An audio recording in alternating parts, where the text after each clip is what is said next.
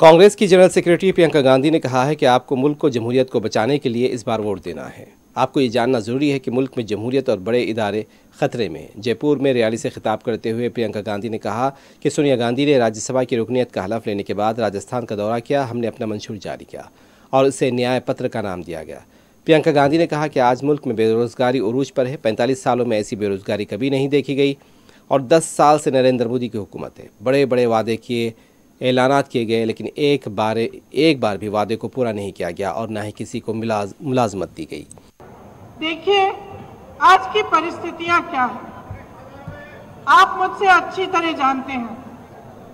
बेरोजगारी चरम पे है। 45 सालों में इतनी बेरोजगारी नहीं रही जितनी आज है।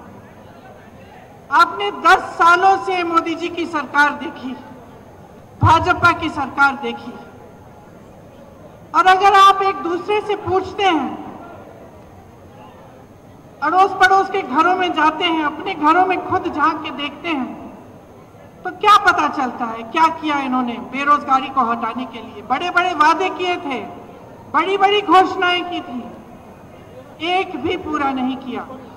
आज बेरोजगारी बहुत ज्यादा है और इन्होंने क्या किया, अग्निवीर जैसी स्कीम लाई, जिससे वो बच्चे, वो नौजवान जो मेहनत करके रोज रोज वर्जिश करके टेस्ट लेते हैं सेना में जाने के लिए, उनकी आशाएं टूट गई।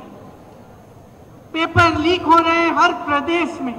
जहां देखिए नौजवान मुश्किल से पढ़ाई कर रहा है, माता पिता कमाकर उसको मुश्किल से लोन लेके कैसे भी उसकी पढ़ाई करा रहे हैं, उसके ट्यूशन करा रहे हैं, पेपर लीक हो जाता है, नौकरी नहीं मिलती। ये परिस्थितियां हैं।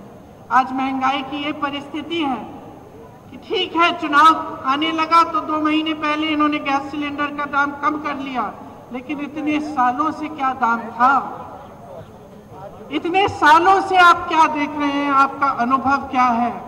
मेरी बहनें जानती हैं, त्योहार आता है घबराहट होती है कि कैसे खर्चा करेंगे, लिपाई पुताई कैसे कराएंगे, त्योहार के लिए नए कपड़े कैसे खरीदेंगे, दुकान जाएंगे क्या खरीद पाएंगे।